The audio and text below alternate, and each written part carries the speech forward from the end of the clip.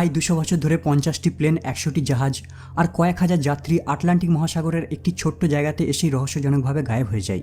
মহাসাগরের এই অংশটি আজ বারমুডা ট্রায়াঙ্গেল নামে পরিচিত। অনেকে একে আবার শয়তানের ত্রিভুজও বলে থাকে।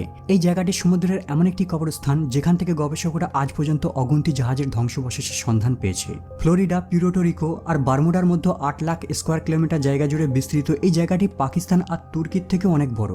আর এই ট্রায়াঙ্গেল তার আতঙ্কিত ফেনোমেননের কারণেই গোটা বিশ্বের বিজ্ঞানীদের কাছে চিন্তার কারণ, যার উপর দিয়ে ক্রস করলেই জাহাজ আর এয়ারপ্লেনের কন্ট্যাক্ট বেস স্টেশন থেকে হঠাৎ বিচ্ছিন্ন হয়ে যায় আর চিরতরের জন্য তারা গায়েব হয়ে যায়। এই জায়গাটিকে নিয়ে অগুন্তি বই লেখা হয়েছে আর অসংখ্য ডকুমেন্টারি তৈরি করে প্রমাণ করা হয়েছে যে এখানে কিছু একটা রহস্য লুকিয়ে রয়েছে। আজকের ভিডিওতে জানবেন বারমুডা ট্রায়াঙ্গেলে এমন কি অ্যাবনর্মাল রহস্য লুকিয়ে রয়েছে যার কারণে ছোট বড় জাহাজ থেকে শুরু করে বিশাল বিশাল জাহাজ হঠাৎ গুম হয়ে যায়। আর জানবেন কিছু বিখ্যাত জাহাজের রহস্যময় কাহিনী যারা এখানে এসেই গায়েব হয়েছিল।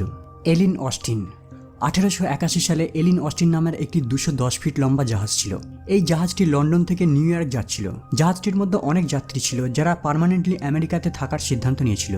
কিন্তু সমুদ্র যাত্রার মাঝে এলিন অস্টিন জাহাজটি একটি অপরিচিত জাহাজ দেখতে পায়। জাহাজটি নির্বাক, কোনো শব্দ ছিল না, আর এই জাহাজটি ছিল বারমুডা ট্রায়াঙ্গেলের মধ্যে। বাইরে থেকে জাহাজটি দেখতে সাধারণ মনে হচ্ছিল, কিন্তু ভিতরে কোনো যাত্রী, ক্রু মেম্বার, ক্যাপ্টেনের অস্তিত্ব ছিল না। জাহাজের ক্যাপ্টেন গ্রিফিন ঠিক করে অপরিচিত জাহাজটির ভেতর প্রবেশ করে দেখবে কি রয়েছে। প্রথমে তারা মনে করেছিল হয়তো এটা কোনো জলদস্যুদের ফাঁদ, কারণ পূর্বে সামুদ্রিক লুটেরারা এভাবেই জাহাজকে ফাঁদে ফেলে জাহাজের ভিতর লুটপাট চালাতো। তাই গ্রিফিন রিস্ক না নিয়ে 2 দিন জাহাজের পাশেই তার জাহাজটিকে রেখে অপেক্ষা করতে থাকে। কিন্তু 2 দিন ধরে অপরিচিত জাহাজটি থেকে কোনো সাড়া পায়নি। ফাইনালি 2 দিন পর জাহাজের ক্যাপ্টেন অপরিচিত জাহাজটিতে পা রাখে। সে দেখে জাহাজের ভিতর কোনো মানুষের অস্তিত্ব নেই, কিন্তু অনেক পণ্য সামগ্রী রয়েছে। ক্যাপ্টেন গ্রিফিন ভালো মুনাফার সুযোগ মনে করে সে কিছু ক্রু পাঠায় অপরিচিত জাহাজটিকে সঙ্গে করে নিউ ইয়র্ক নিয়ে আসার জন্য। দুটো জাহাজই প্রথম দিন একই সাথে চলছিল, কিন্তু হঠাৎ সমুদ্র ঝড় ওঠে আর দুটো জাহাজই বিচ্ছিন্ন হয়ে যায়, আর হঠাৎ গায়েব হয়ে যায় সে অপরিচিত জাহাজটি। ঝড় থামতেই এলিন অস্টিনের ক্যাপ্টেন সেই অপরিচিত জাহাজটিকে খোঁজা শুরু করে দেয়। কিছুটা দূরে এসে তার স্পাই গ্লাসে করে জাহাজটিকে দেখতে পায়। যখন সে জাহাজটির কাছে পৌঁছায়, সে দেখে তার মধ্যে আবারও কোনো মানুষের অস্তিত্ব নেই। মানে যেই ক্রু মেম্বারগুলিকে নিজের জাহাজ থেকে অপরিচিত জাহাজে পাঠিয়েছিল তারা রহস্যজনকভাবে গুম হয়ে যায়। তারা কোথায়, কি ঘটেছিল তাদের সঙ্গে, এই সব কিছুই ছিল ক্যাপ্টেনের কাছে অজানা। কেবল জাহাজটি আগের অবস্থাতেই দাঁড়িয়ে রয়েছে। অনেক ডাকাডাকির পরেও ক্রু মেম্বারদের কোনো হদিশ পাওয়া যায়নি।